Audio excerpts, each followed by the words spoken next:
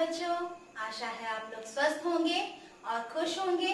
उम्मीद करती हूँ कि आप लोगों ने दीपावली का पर्व बहुत ही अच्छे से मनाया होगा और सुरक्षित रूप से मनाया होगा। चलिए बच्चों, अब तो छुट्टियां खत्म हो गई, अब हम लोग आगे की पढ़ाई को शुरू करते हैं। आज हम लोग हिंदी व्याकरण पुस्तक ज्ञान सुधा से पाठ 12 अनेक शब्दों के लिए एक शब्द को पढ़ेंगे। ठीक है, पाठ 12 अनेक शब्दों के लिए एक शब्द।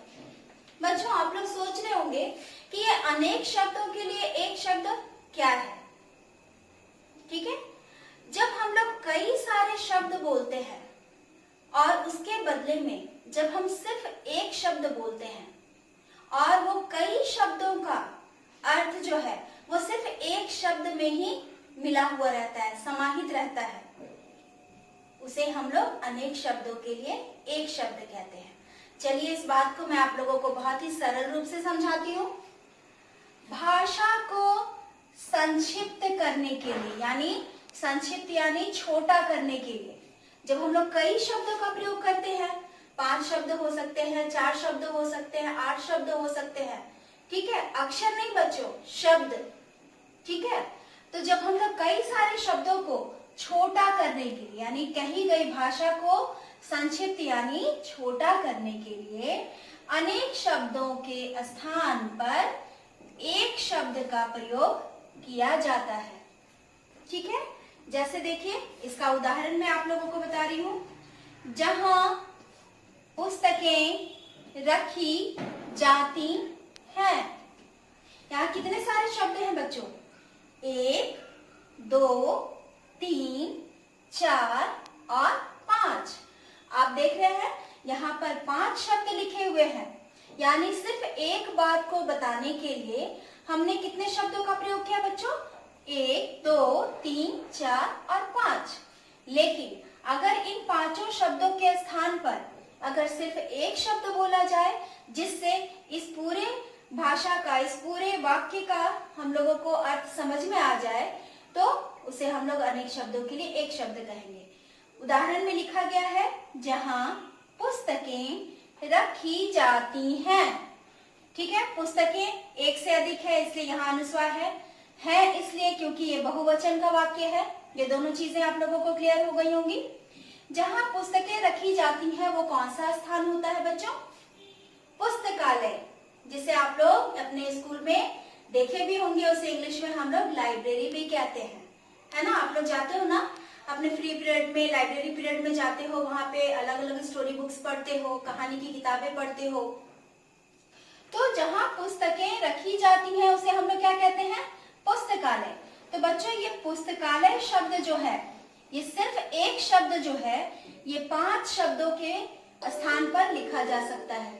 ठीक है, जहां बच्चे पढ़ने जाते हैं, जहां बच्चे पढ़ने जाते हैं। ठीक है, वो इतने सारे शब्द को आपने कहा, लेकिन अगर उसके बदले सिर्फ कहा जाए पाठशाला तो बिल्कुल वही समझ में आ जाएगा, या विद्यालय कहा जाए तो इसी 6 शब्दों को के स्थान पर हम लोग सिर्फ एक शब्द लिख सकते हैं, जहां बच्चे पढ़ने जाते हैं। ठीक है, उसके बदले में हम लोग क्या बोल सकते हैं बच्चों? पाठशाला या विद्यालय, क्योंकि पाठशाला और विद्यालय दोनों क्या है? पर्यायवाची शब्द है। तो इस पाठ में बच्चों हम लोग बहुत सारे ऐसे शब्द को पढ़ेंगे जिसमें आप समझ जाएंगे कि हम लोग कई शब्द के स्थान पर सिर्फ एक शब्द लिख सकते हैं। ठीक है, जो ईश्वर में विश्वास रखता है, आस्तिक, है ना, जो कभी ना मरे, अमर। ठीक है, जो कभी ना डरे, निडर। इस तरह से कई सारे वाक्यांश है बच्चों जिसके बदले में हम लोग एक शब्द का प्रयोग कर सकते हैं। तो चलिए बच्चों, हम लोग अब पाठ को पढ़ेंगे और पुस्तक के अभ्यास को भी समझेंगे और पूरा करेंगे। बच्चों, इसका पुस्तक के अभ्यास के साथ साथ इन सभी शब्दों को आप लोग को अपनी कॉपी में लिखना भी है और समझना भी है। चलिए बच्चों, पुस्तक की ओर चलते हैं। देखिए, अनेक शब्दों के लिए एक शब्द। कुछ शब्द अनेक शब्दों के स्थान पर आते हैं, जैसे यहाँ पे देखिए बच्चों, लिखा है चित्रकार और किसान। ये एक शब्द लिखा गया है ना, लेकिन इसके साथ प्रश्न में क्या लिखा है? चित्र बनाने वाला। यानी एक शब्द, दो शब्द और तीन शब्द, ये तीन शब्द मिलकर एक आपका वाक्यांश बना रहे हैं। ये पूरा कंप्लीट सेंटेंस नहीं है, ये पूरा का पूरा वाक्य नहीं है बच्चों, ये वाक्यांश है, वाक्य का अंश। यानी कि चित्र बनाने वाला, एक, दो और तीन शब्द हैं, और इसके बदले में हम लोगों ने लिखा सिर्फ एक शब्द। क्या लिखा हमने? चित्रकार। उसी तरह से उदाहरण दूसरा दिया हुआ है, खेती करने वाला। यहाँ पर भी एक शब्द, दो शब्द और तीन शब्द दिए गए हैं। तीन शब्द के स्थान पर इसका उत्तर है एक शब्द। खेती करने वाला, खेती करने वाला, यहाँ पर तीन शब्द लिखे गए हैं, लेकिन उसके बदले में एक शब्द का प्रयोग किया गया, वह शब्द है किसान। तो इस तरह से बच्चों आप देख रहे हैं कि कई शब्दों के स्थान पर हम लोग सिर्फ एक शब्द का प्रयोग कर रहे हैं, इसलिए इसे हम लोग क्या कहते हैं? अनेक शब्दों के लिए एक शब्द। यहाँ पर कई सारे शब्द दिए गए हैं। सबसे पहला है, ठीक है, सबसे पहला है, ये सारे बच्चों आप ये ध्यान से देखिए, ये सारे क्या हैं? वाक्यांश हैं। ये सारे क्या हैं? वाक्यांश हैं, ठीक है।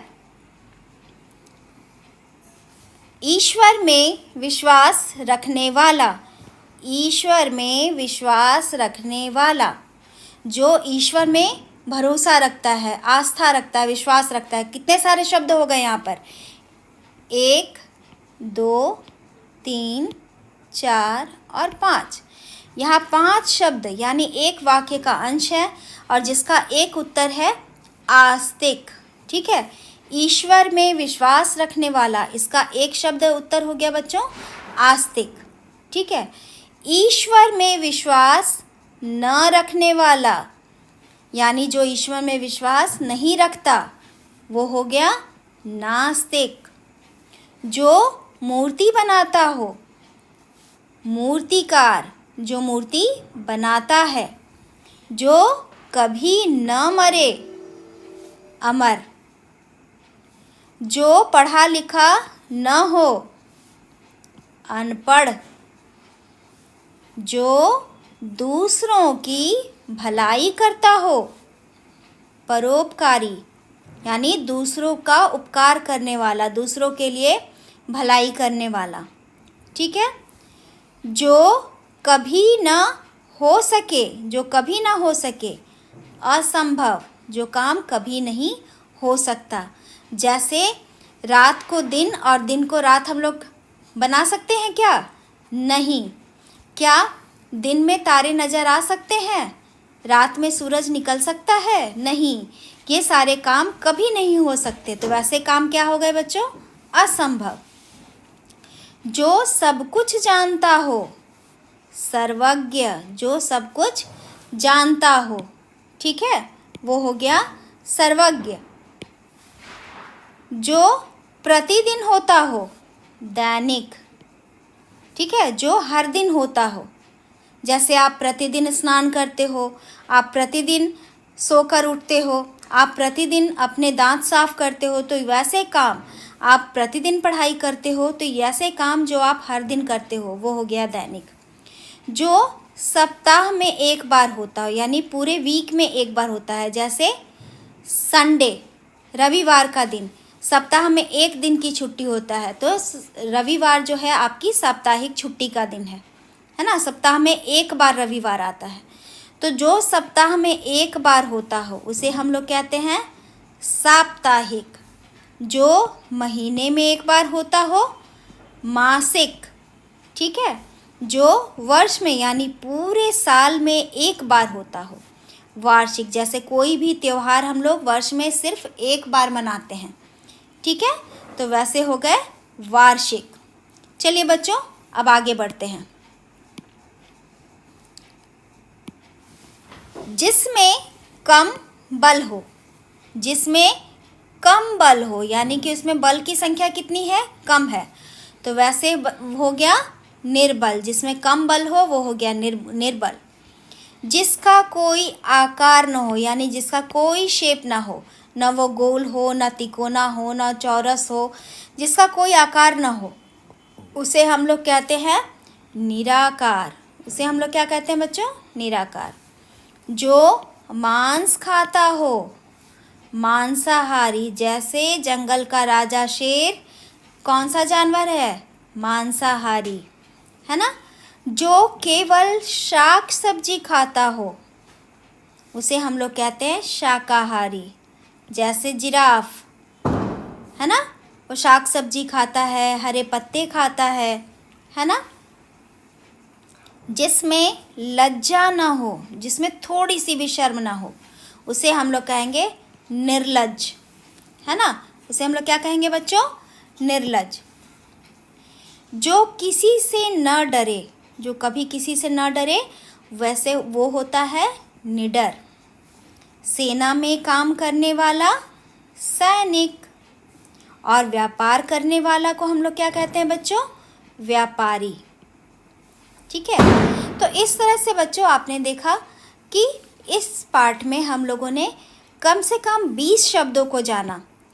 20 शब्दों को हमने जाना, जिसमें कई शब्दों के स्थान पर एक शब्द दिए गए हैं। बच्चों ये आप लोगों को अपनी कॉपी में लिखने की आवश्यकता नहीं है, इसे आप लोग बुक से ही देखकर याद कर लीजिएगा। और ये जो भी पुस्तकीय अभ्यास यहाँ दिया गया है, ये सारे पुस्तकीय अभ्यास आप सभी को अपने पुस्तक में पूरे करने हैं।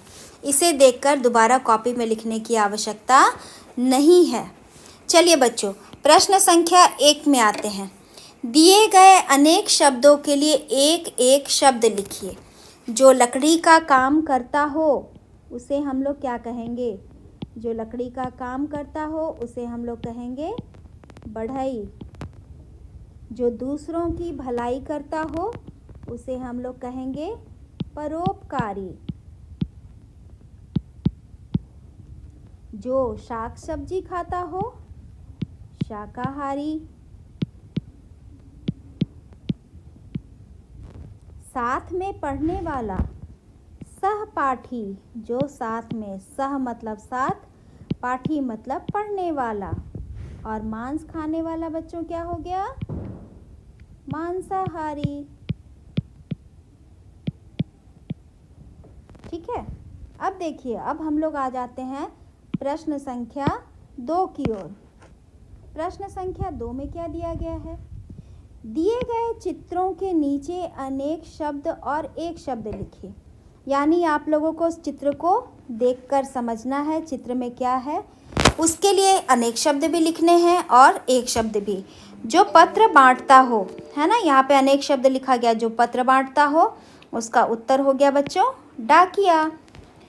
तो यहाँ पर हम लोग लिखेंगे जो कपड़े सिलता हो, उसका उत्तर हो गया दर्जी। जो कपड़े धोता हो, उसका उत्तर हो गया बच्चों धोबी। तो इस तरह से बच्चों आप अपने सारे पुस्तकीय अभ्यास को अपनी पुस्तक में ही पूरा करेंगे। पुस्तक में जो भी लिखा गया है, जैसे ये सारी चीज़ें जो मैंने आप लोगों को पढ़ाई, ये सारी चीज़ों को दोबारा से कॉपी में लिखने की आवश्यकता नहीं है। इसे आप लोग अपने बुक से देखकर याद करेंगे। ठीक है, इसे दोबारा कॉपी में लिखने की आवश्यकता नहीं है। और ये जो होमवर्क मैंने लिखा है, इसे आप लोग अपने बुक में पूरा कर लीजिएगा। आप लोग स्वस्थ रहिए और खुश रहिए। मिलते हैं हम लोग नेक्स्ट वीडियो में।